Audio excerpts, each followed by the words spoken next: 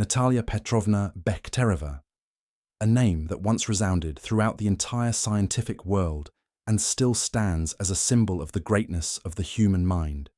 She was called a living legend, an academic of world renown, the head of the Institute of the Human Brain of the Russian Academy of Sciences, which bears her name today. Just listing her achievements could fill more than one page.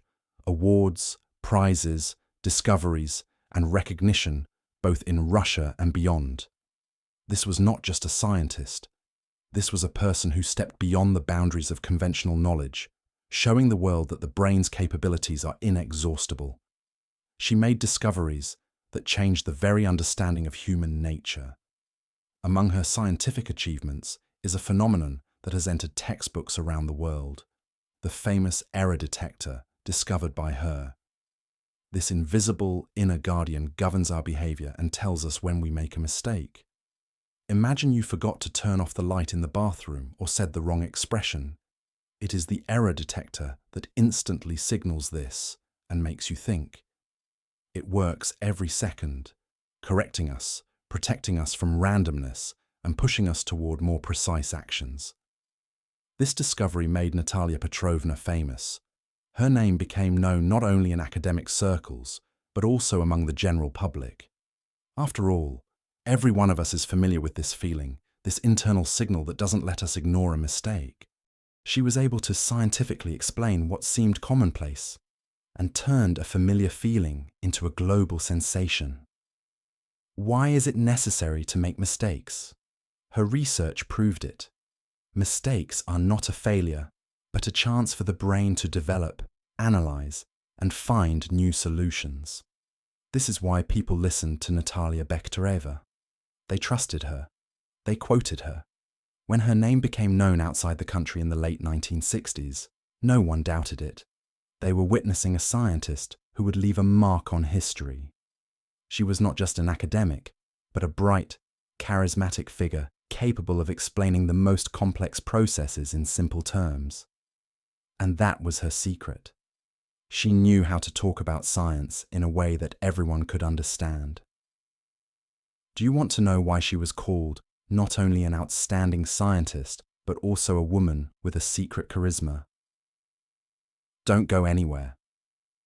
The most interesting part is just ahead.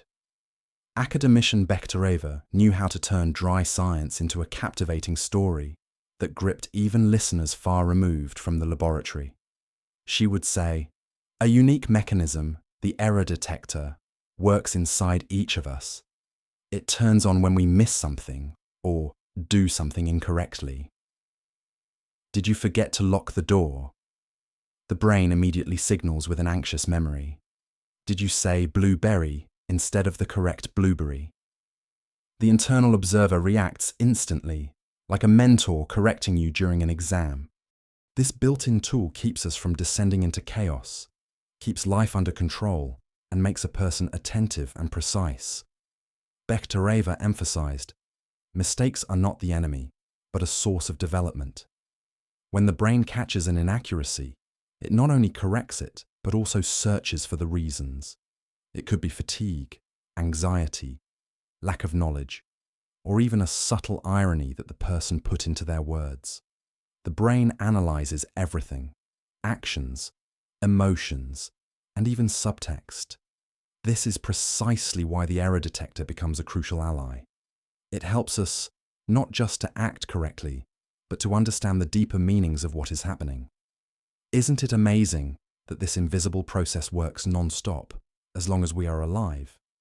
We are not aware of its presence, but it is what makes us who we are. Why are the worst times the best opportunities? It was in the moments when we make mistakes that the brain gets a chance to become stronger, more flexible, and smarter. Bekhtereva showed the world. Hidden in our mistakes is the energy for growth, and in every internal signal, there is a path to a new level of understanding. Why did Natalia Petrovna, a strict scientist, not reject even mysticism and believe that there is something more to a person than just a collection of cells? Natalia Petrovna amazed her colleagues not only with the scale of her discoveries, but also with the courage to think beyond dry formulas. She was in no hurry to make rash judgments or cast aside things that science could not yet prove with instruments. In her words, even the word mysticism sounded not like superstition, but as a challenge to the scientific community. She openly admitted, "There are phenomena that cannot be weighed or measured, but that doesn't mean they don't exist. Can one deny what millions of people have called the soul for centuries?" Bekhtereva asked questions that took the breath away from even the most hardened skeptics. Where is the soul located? In the brain? In the heart? In the spinal cord? In the stomach? Or does it permeate the entire organism, knowing no boundaries? Perhaps it is outside the body altogether, nearby, in space. The scientist emphasized that if this substance exists, it doesn't need a specific place, because it is everywhere. Such a formulation shattered conventional notions, opening a philosophical abyss before the listener. What gave her words special power was that she spoke of the soul as a reality that could not be dismissed with a wave of the hand. This was not a religious sermon or a naive fantasy, but the reflection of a person who had dedicated her entire life to studying the brain and, in doing so, had not lost the courage to seek answers where science remains silent. This will make you rethink everything. This is exactly how her speeches worked. They shook people, broke stereotypes, and forced even the most ingrained materialists to think. And yet, one day, Bekhtereva herself had an encounter that shook her to the core. Stay with us.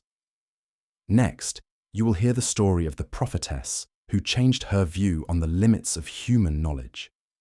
There was an episode in Natalia Bekhterevna's life that she herself called one of her most powerful impressions. A world-class scientist, accustomed to rigorous experiments and cold logic, once found herself in a meeting with the famous Vanga. She did not hide it. This meeting had a stunning effect on her. Over time, Bekhtereva only realized more clearly that she had encountered a unique phenomenon that did not fit within the framework of conventional science.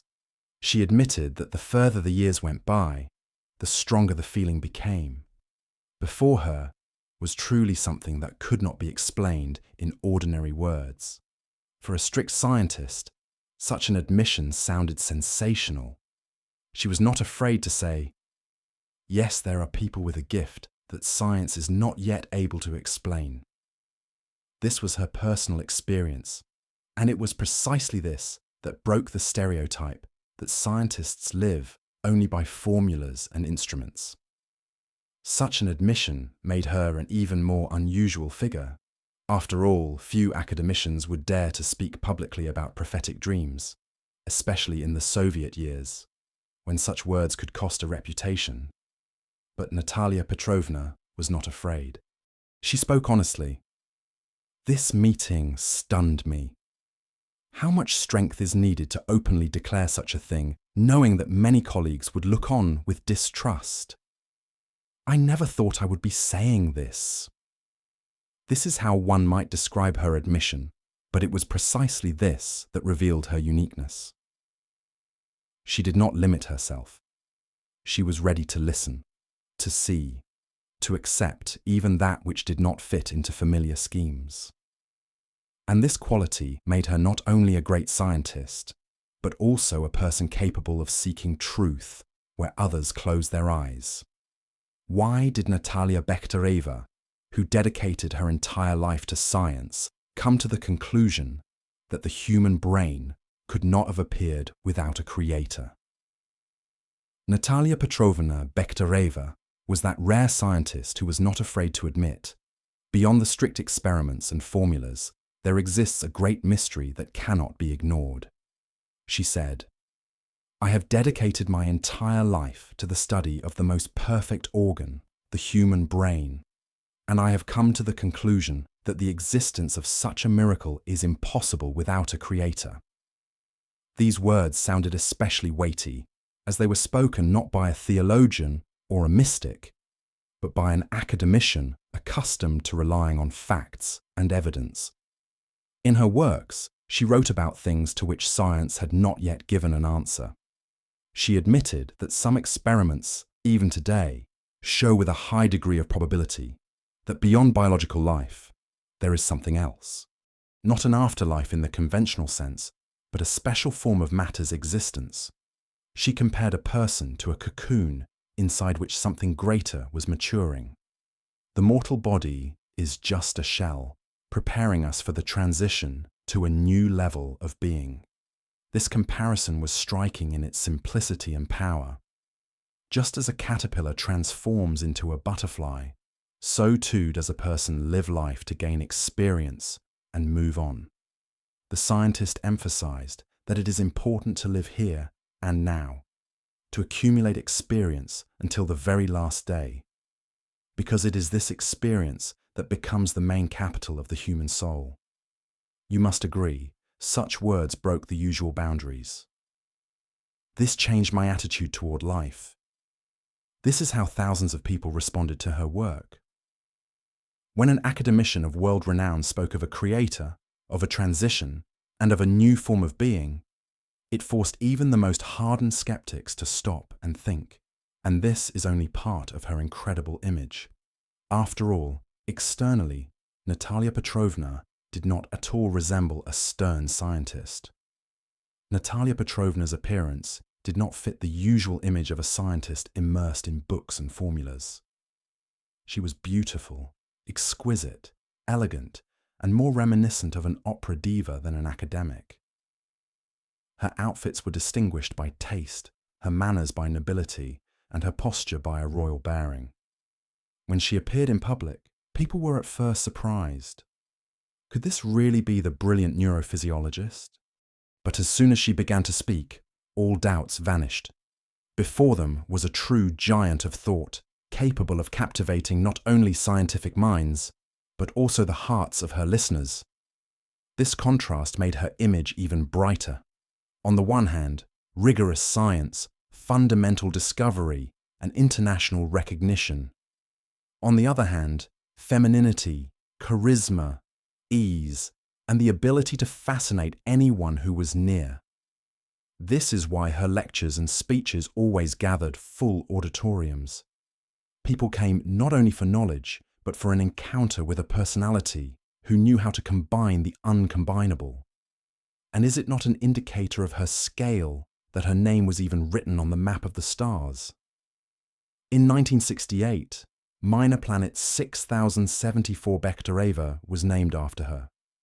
This is an honor not every scientist receives, only those whose merits are recognized by the world community. Imagine, the name of the person who studied the human brain is forever fixed among cosmic objects. Such a fact sounds like a symbol. Her discoveries were of an otherworldly scale. They went beyond the bounds of the ordinary. Why did the worst advice turn out to be the best? This is how her words were perceived. What seemed frightening suddenly turned into a source of strength. This gentle yet confident approach to the topic of old age sounded not like moralizing, but as an invitation to look at the familiar differently. And it was here that she revealed her main idea. One should not fear age, but the loss of inner freedom. Why did Natalia Petrovna consider old age a time of true happiness? For Natalia Petrovna, old age was not a painful burden, but a time when the soul gradually frees itself from unnecessary coverings and appears in its true form. She emphasized that it is with age that the need to please everyone, to accommodate, to play other people's games, disappears. The moment arrives when a person can finally be themselves, think honestly, speak directly, and feel sincerely. This is not a loss, but an acquisition. She knew how to show that happiness in mature years is made up of seemingly small things, but it is in them that true joy is hidden. Salmon on Thursdays, which the housekeeper happily enjoys, a piece of the best wool given to a dear friend, a warm autograph in a book given to a loved one, 10 exquisite pastries from a French bakery, brought just because, for no reason. These are all tiny details, but they are what make life full, meaningful, and alive. This understanding of happiness shattered familiar stereotypes. People often chase grandiose events, careers, awards, and expensive purchases. But over time, it becomes clear that what remains in memory are not these achievements, but the small, intimate moments of kindness and generosity. And Bekhtereva skillfully reminded us of this. This will make you rethink everything. This is how her words about joy in small things were perceived. She said that old age gives a person a rare privilege, the opportunity to stop and notice what used to slip away. And this time can become not the end, but the beginning of a new fullness of life. Natalia Petrovna stated, "A person ages not with their body, but with their brain." And this statement sounded especially weighty from the lips of a scientist who had dedicated her life to neurophysiology. In her opinion, physical decline is just the shell. The true age is determined by the state of the nervous system. As long as the brain is working, as long as it receives new tasks and impressions, there is no old age. That is why she persistently repeated, "The brain needs cognitive loads. Without them, it stagnates, loses flexibility, and stops renewing itself." Science long believed that nerve cells do not regenerate, but discoveries in recent decades have proven the opposite. Neurons are capable of being born anew, and the brain retains plasticity until the end of life. The main thing is not to let it sink into monotony. If a person has done the same thing for years, for example, swept the streets or machined parts, then in old age, they risk facing serious problems with memory and attention. A stereotypical life leaves no room for the brain to grow. Bekhtereva emphasized that it is the diversity of experience, continuous learning, reading, and mental challenges that are the building blocks of a youthful brain. She gave concrete examples. Those who continue to learn, socialize, and master new things, even at an advanced age, retain clarity of mind and activity longer. And those who close themselves off in monotony accelerate their own aging. Why is the complex path simpler than the simple one? This is how her thought can be explained. It is much easier to live by habit, but this is what destroys the brain. It is much harder to force yourself to learn, to seek new knowledge, to try new things. But this effort preserves youth and therefore life itself. That is why Bekhtereva insisted, caring for the brain is more important than cosmetics, more important than external attributes. She knew that as long as the brain remains plastic, a person is capable of being young at any age. Why did she call positive emotions, not vitamins or pills, the main cure for old age?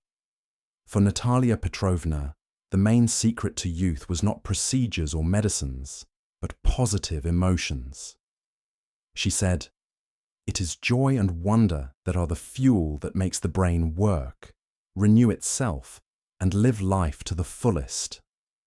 With age, many people get the feeling that the days are becoming the same, as if rolling along a beaten track.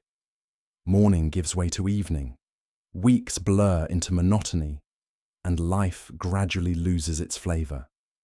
This is the real danger, because without new impressions, the brain dries up, and the person withers along with it.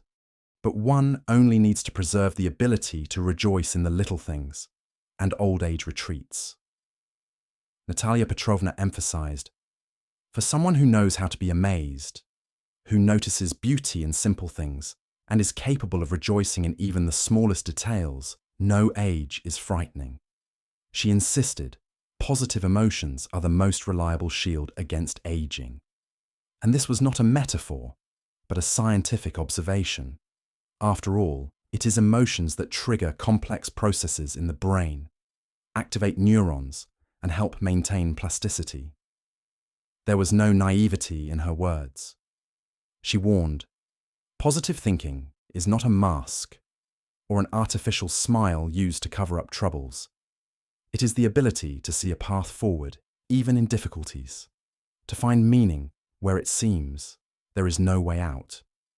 It's frightening, but it works." This is how one could describe her approach. After all, sometimes joy must be literally torn from under difficult circumstances, but it is precisely this joy that becomes the key to continuing life. The contrast between monotony and the ability to wonder sounded like a challenge from her lips. She seemed to say, "Choose for yourself. Walk the grey road to decline, or step into a world where every day reveals something new." And in this choice lies the entire essence. Old age comes to those who stop rejoicing. Natalia Petrovna understood well that talk of positive thinking often causes irritation. There is just too much empty advice floating around. Smile, no matter what. Be happy, despite everything. She sharply distinguished herself from such clichés. For her, positive thinking was not a theatrical mask, but a way to understand life more deeply. She explained, "True strength is not in pretending everything is fine when it's all falling apart, but in seeing the opportunity for growth even in a difficult situation." She offered a simple but powerful argument.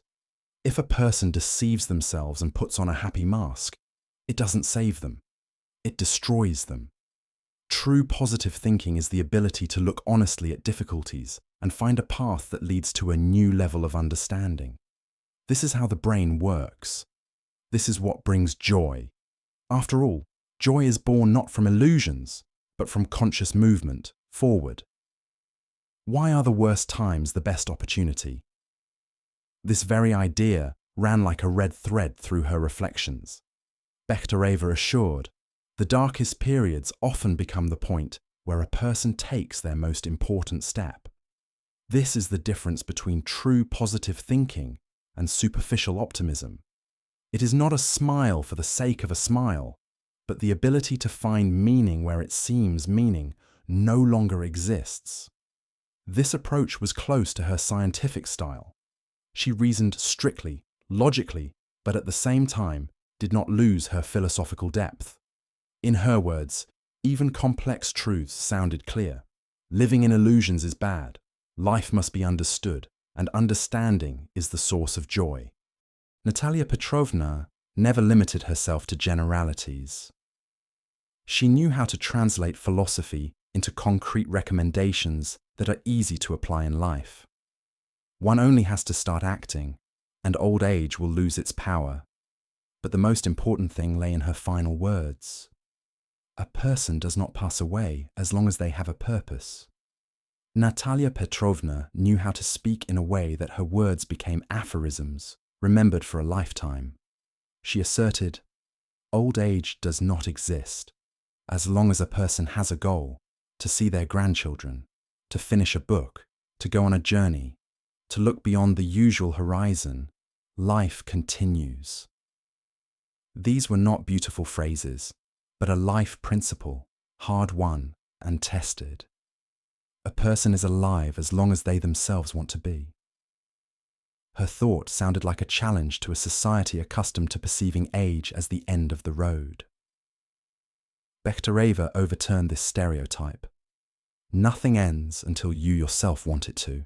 There was more power in these words than in hundreds of medical prescriptions. After all, it is the inner decision, the mindset, and the aspiration that move a person forward, even when the years are closing in. She called on people to look at age as a continuation of the journey. Old age is not a verdict, but a choice. You can give up and stop, or you can keep going no matter what. Act while it is not yet too late. This is what her speeches breathed.